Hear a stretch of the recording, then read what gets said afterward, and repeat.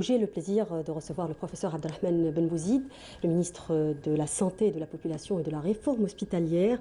Bienvenue, monsieur le ministre. Merci beaucoup. Merci d'avoir accepté mon invitation. Merci. Bon, c'est toujours un moment agréable de partager ce temps avec vous parce que cela fait partie en ce moment de nos missions. Étant donné cette pandémie et tout, c'est une occasion aussi d'informer nos citoyens.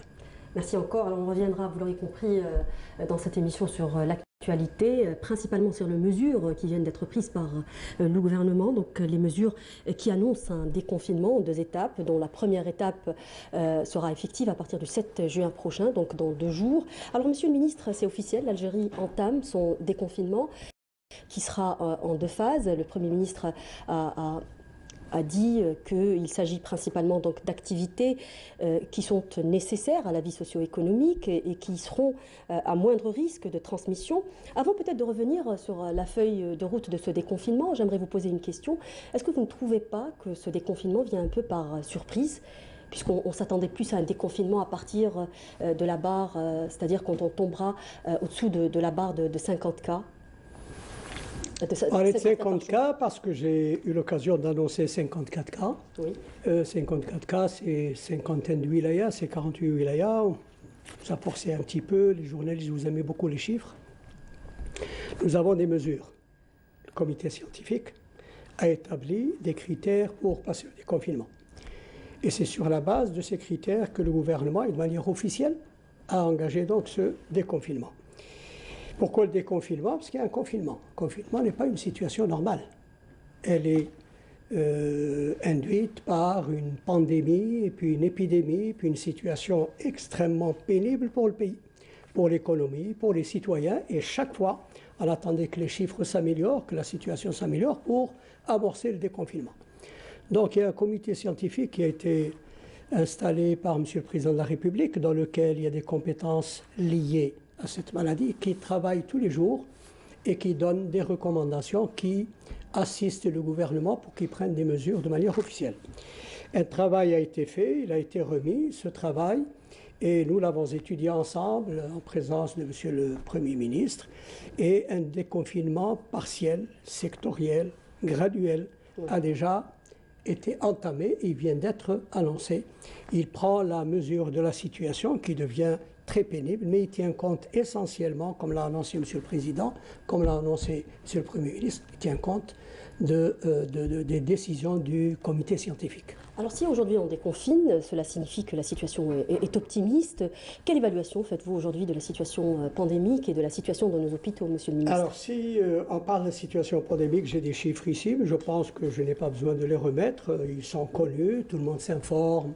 Ce qui se passe en ce moment, c'est une épidémie qui a commencé en Chine, qui s'est éteinte en Chine, et qui est passée en Europe. Oui. Et ensuite, elle nous a approchés, parce que nous sommes très proches.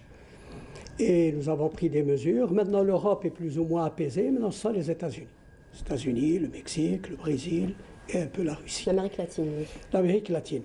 Chez nous, les chiffres, je pense qu'on a eu notre pic. C'était une question récurrente des journalistes. Le pic, le pic, le pic. Le pic, c'est à un certain moment où le taux est très élevé, puis après, ça se stabilise un temps, je ne sais lequel. À un certain moment, on dit ça y est, c'est fini, on essaie. Donc le pic, je pense que le pic chez nous, c'était le 29 avril, où nous avons atteint 199 cas. Nous sommes présentement à moins de 100 cas.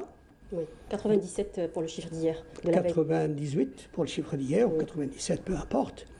C'est surtout le nombre de décès, parce que cette épidémie touche 100% de personnes, 80 enfants ont une espèce de grippe ou de grippette, 20 ont des signes, 5 passent dans une situation critique et 2% ou 2 ou 3% décèdent. Donc dès lors que nous sommes à moins de 10 décès, tout décès nous afflige, c'est clair. Mais moins de 10 décès, ce sont surtout des sujets âgés qui ont des comorbidités, qui seraient morts suite à une grippe ou suite à une maladie quelconque. Donc nous sommes arrivés à des chiffres qui durent, qui ont une tendance baissière, à un taux d'occupation des salles de réanimation qui est très bas.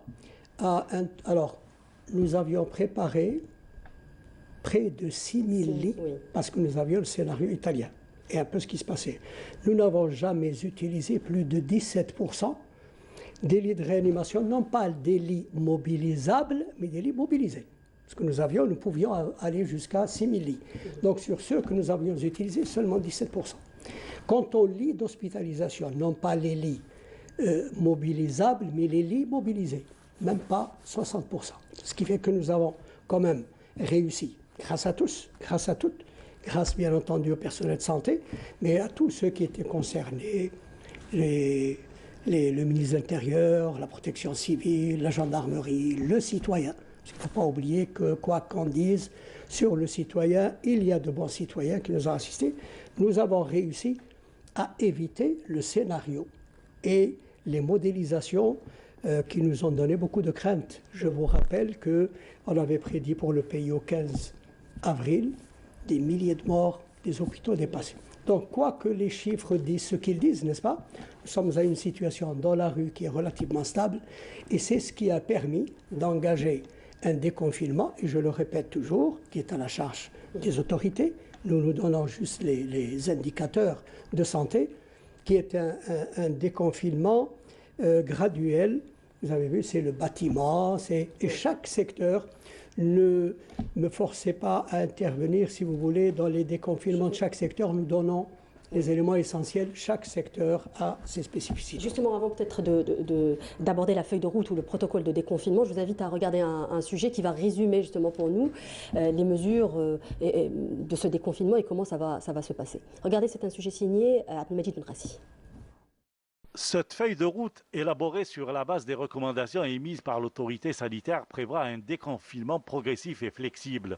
La reprise des activités économiques, commerciales et de services est ainsi scindée en deux phases.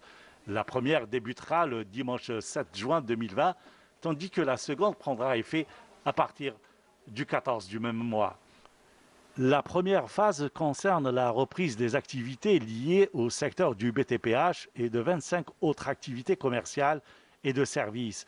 Il s'agit entre autres des agences de voyage, de l'activité de maintenance et de réparation. Elle concerne également la vente à emporter de glaces et de boissons, des fast-foods, uniquement la vente à emporter, les douches à l'exception des hammams, la maintenance, le dépannage et le lavage de véhicules, les galeries d'art, les salons de coiffure pour hommes, ainsi que les marchés à bestiaux, qui sont également concernés. La reprise de l'activité économique, commerciale et de services sera conditionnée bien sûr par le strict respect sur les lieux de travail ou de regroupement des mesures strictes de prévention sanitaire qui doivent être impérativement observées et appliquées par l'ensemble des opérateurs, commerçants, clients et usagers. Le non-respect de ces mesures donnera lieu à la fermeture immédiate du commerce ou de l'activité concernée et à l'application rigoureuse des sanctions prévues par la législation et la réglementation en vigueur. Le plan de reprise progressive et graduelle à partir du 14 juin 2020 des activités commerciales et économiques dans sa deuxième phase concernera d'autres activités qui seront identifiées et arrêtées par les pouvoirs publics en fonction de l'évolution de la situation sanitaire et du comportement des usagers. Il s'agit notamment de certaines activités de transport par taxi, ainsi que la restauration et les débits de boissons dont l'organisation sera précisée en temps opportun. Le Premier ministère rappelle toutefois que les mesures de sortie du confinement ne doivent en aucune manière signifier un retour à la vie normale, mais bien au contraire, inciter à la prudence et à la vigilance, car la menace de l'épidémie demeure omniprésente. Alors donc c'est un sujet qui résume un peu ce déconfinement hein, qui est flexible et progressif. Alors la première phase sera effective à partir du 7 juin prochain avec notamment la reprise, vous l'avez déjà dit, de l'activité du secteur du BTPH, en plus d'une vingtaine à peu près d'activités commerciales. Est-ce qu'on peut avoir une idée justement de votre feuille de route ? Comment ça va s'appliquer, comment ça va se faire pour expliquer un peu aux gens qui nous regardent ? Ce n'est pas notre feuille de route. Oui. Ce n'est pas la feuille de route du comité scientifique ni du département de la santé. Oui. C'est le Premier ministère et c'est l'ensemble des ministères au fur et à mesure que le déconfinement s'amorce et s'accélère. Chaque département, hier, nous avons eu au niveau du ministère 2 cadres du ministère de l'Habitat qui sont venus discuté avec l'ensemble des collègues du comité scientifique. Ils nous ont proposé leur programme de déconfinement. On a juste fait quelques retouches. Le ministre du Tourisme nous a adressé aussi un plan de déconfinement qui est absolument parfait, dans lequel on a apporté juste des retouches liées uniquement au secteur de la santé. Le ministère de la Jeunesse et des Sports également. Donc chaque ministère a, en fonction des éléments déjà qui sont connus, nous avons adressé au Premier ministère un plan de déconfinement dans lequel nous avons tracé les éléments fondamentaux, ceux-là qui sont communs à tous, c'est-à-dire avant l'entrée d'un établissement, un guidage du flux des clients, une distanciation, distribution de gel hydroalcoolique avant de pénétrer, moins de personnes dedans, on peut même une personne par tant de mètres carrés, le flux aussi des marquages au sol pour l'intérieur, ne pas se croiser, ne pas toucher aux objets, si c'est des cabines d'essayage aussi c'est pareil. Donc nous avons donné des guides pour l'ensemble et chaque département en fonction de sa spécificité a élaboré un plan de déconfinement qu'ils nous ont proposé à discussion, que nous avons trouvé absolument parfait. Ça a beaucoup plus suscité une discussion, un enrichissement que des directives. Les directives que nous avons adressées, elles sont d'ordre général. Donc il y a, Monsieur le Premier ministre a dit flexible, graduel, sélectif, sectoriel. C'est tout à fait logique. Il y a des secteurs sensibles, il y a d'autres qui le sont moins.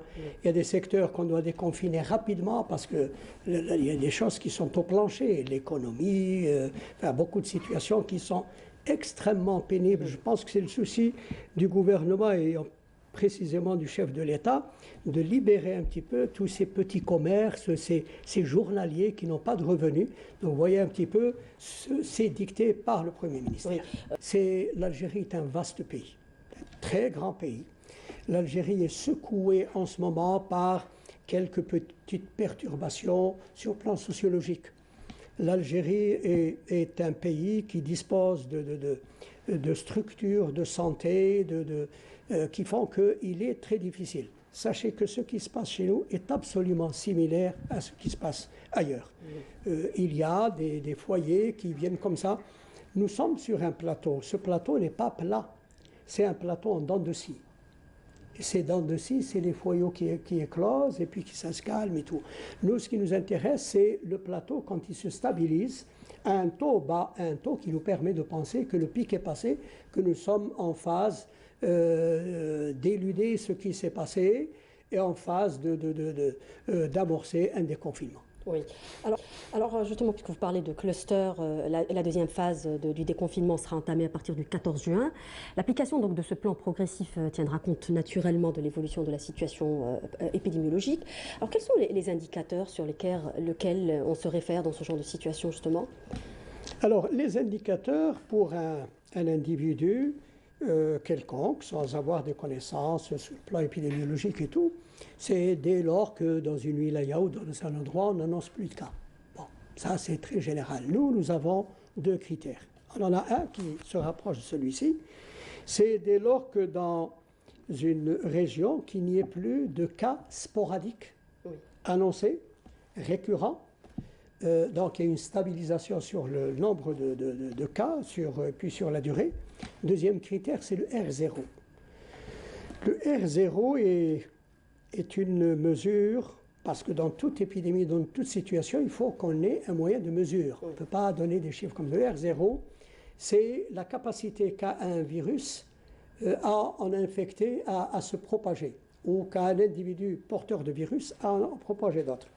Donc, nous tenons compte du premier critère, c'est-à-dire pas de cluster, pas de cas sporadiques, et qu'on peut contenir. Deuxième critère, R0 moins 1, c'est-à-dire que moins d'un, moins de 1. Donc, c'est ce qui a été fait pour Illizi, pour Naama, pour